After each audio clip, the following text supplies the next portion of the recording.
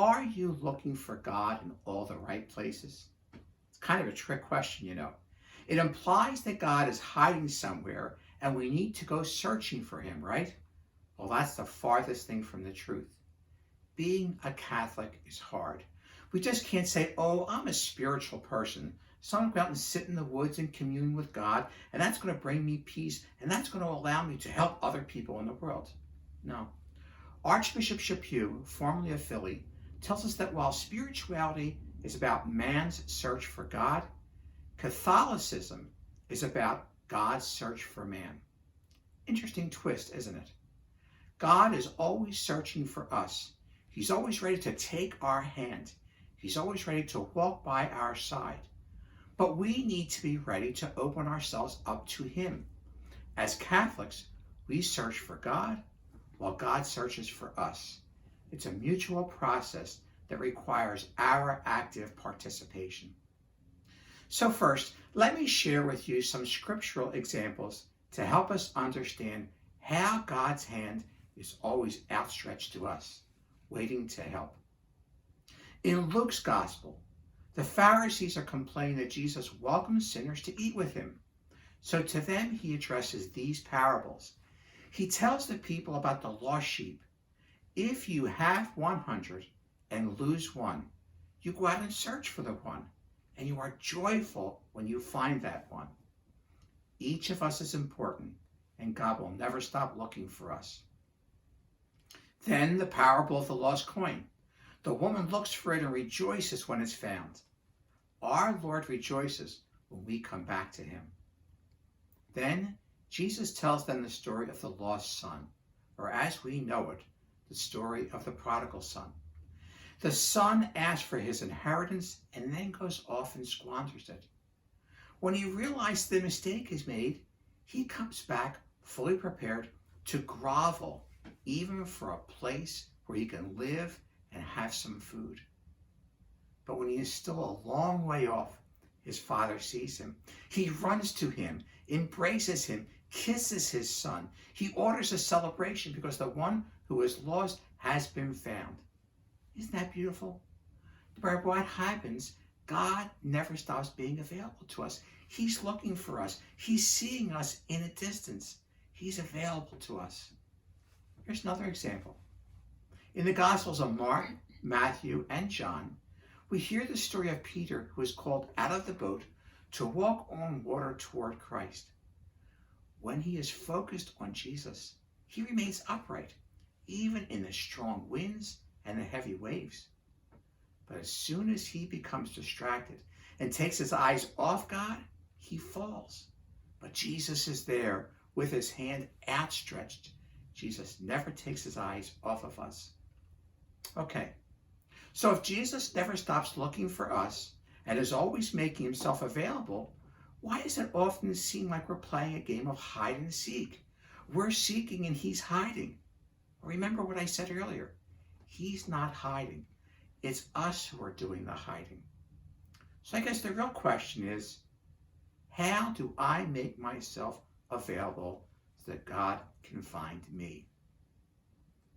We make ourselves available by finding the time to be with him. Look at our day. Is it filled with stuff, or have you created the time to relax and pray? Because it's not in the noise, in the chaos or confusion and technology that we find God. It's in the soft whispers that we recognize him. I love this reading from the first book of Kings about the prophet Elijah. Elijah has a showdown with 450 other prophets of the different God. When God answers by fire and Baal is nowhere to be found, the people of Israel recognize that the God that they are worshiping is not the true God. When Ahab tells his evil wife Jezebel the events of the day, she vows to kill Elijah for what he's done. So she sends a message to Elijah telling him that he won't be alive in 24 hours. She sends her army out to capture him. He's now in fear of his life. He retreats to Mount Horeb to communicate with God, just as Moses had done before him. But once there, he feels as though God has abandoned him. He becomes distracted by his own fear. he became a distracted believer. But he finds to his surprise that the place of encounter with God is not in the great things. He didn't find God in the strong and heavy wind, nor in the mighty hurricanes, nor in the raging fire. No, he finds God in the small, whispering sound. Elijah was so distracted by his problems that he took his eyes off of God. But once he refocused on the presence of God, his faith was restored, and he became strong again, and God gave him the encounter and the courage to regain his faith. God speaks to us. He sings to us in silence. We can't hear him if we allow ourselves to be constantly immersed in the sea of noise and distractions. We can't see heaven if our face is buried in our smartphone. Now, I know that there are some of you who can multitask. You could be listening to music, typing on the keyboard, while still listening and responding to conversations that are going on around you. That's not most of us. I'm that person who needs quiet to really be open to turning myself on into discovery mode so that I can allow Jesus to find me. And honestly, all of you are the same. You find God most when you are in discovery mode, so that you can listen to God. You can listen to that soft whisper. For me, I love being in the church. It's my quiet place. It's a place that I can be with God. I can feel his presence. I can be open to the message he has for me. How else can you make yourself available, God? Where is your quiet place? Where is the place that you can feel God talking to you and you can hear his voice? You need to make time for God. We can also make ourselves available and discoverable by remembering that Christianity is not a religion for individuals. Jesus did not come to be our life coach. He came to build a family that would set the world on fire with God's love. Bishop Barron just released a 1-minute video clip from one of the presentations that he did. And in it he says that in baptism, you were chosen for a purpose. You have been given a purpose by God. You've been chosen for that purpose. You have a wonderful privilege of being baptized, but you have a responsibility also. What is that purpose? You were specifically chosen, singled out, not for your own sake, but for the sake of the world. We were chosen to be parents so that we can lead our children to a closer relationship with God and make the world a better place. Maybe we're chosen to be a spouse so that we can create a domestic church in our home that will bring God's love to others. Those are only 2 examples. There are many more. You were chosen for a purpose. There are no coincidences in life. God has a plan. We just need to be able to hear him explain that to us. But we can't do that if we're not listening. Sometimes I like to think of it like a Hollywood director and explain it like a Hollywood director might explain it. In our lives, we're the star. Now there are co-stars, maybe our spouse or our children. They play an important part in our lives. But then there are also the extras. We come into our life. They come into our life. They play a small role and then they disappear. But they're important and we need to understand why they were placed in our lives. What message do they come to share with us? Now, here's the real important part. In God's plan, it's bigger than anything. In his plan, he's the star, not us. We're the co-stars or the extras. He's placed us in other people's lives for a reason. And we can only figure out and fulfill the purpose that he's created for us if we're discoverable and we start to listen and understand why he has placed people in our lives, why he has placed us in other people's lives. I'll repeat what I said a moment ago. Christianity is not a religion for individuals. Jesus did not come to be our life coach. He came to build a family that would set the world on fire with God's love. Let me pose this question. Where can I encounter God? How do I let God find me? I'm drawing very heavily on Archbishop Cioe in this presentation because during my recent vacation, I had the opportunity to reread his book titled Strangers in a Strange Land. I first read the book 3 years ago when it was originally published. In it, he tells the story of how a friend of his first met God, how that person first encountered God. The person says that she thinks that she was maybe 5 or 6 years old. One July evening, it was cloudless and moonless. Her father took her out into the backyard, into the darkness, and told her to look up at the sky. When she looked up from one end of the sky to the other, as far as the eye could see, there were stars, bright, shimmering lights, like pinpoints of light on a black carpet of the night.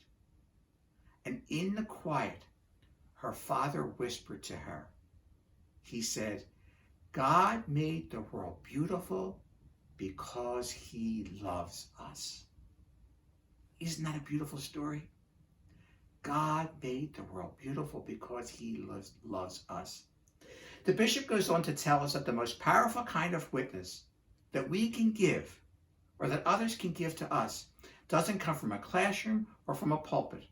It doesn't require a college degree or special training.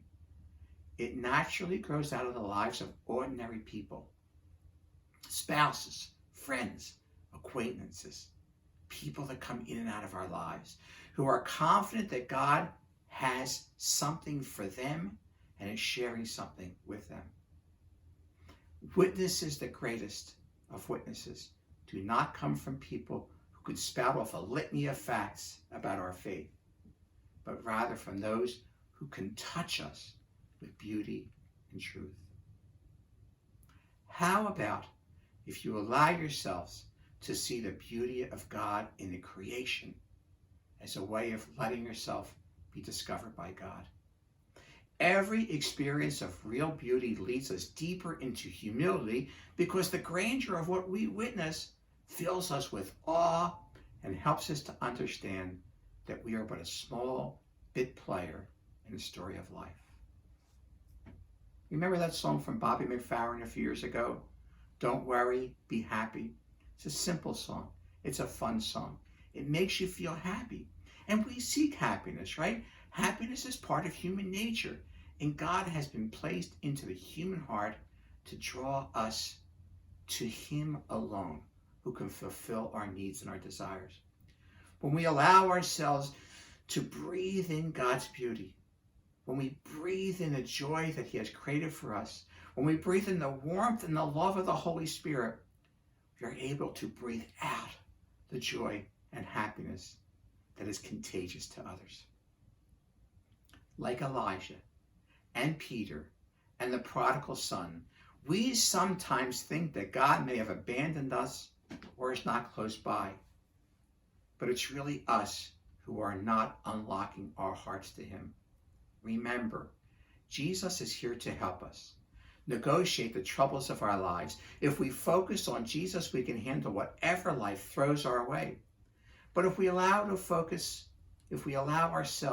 to focus on the storms in our lives, when we become distracted by the events that scare us, it's then that we panic and we grasp and we clutch and we begin to sink.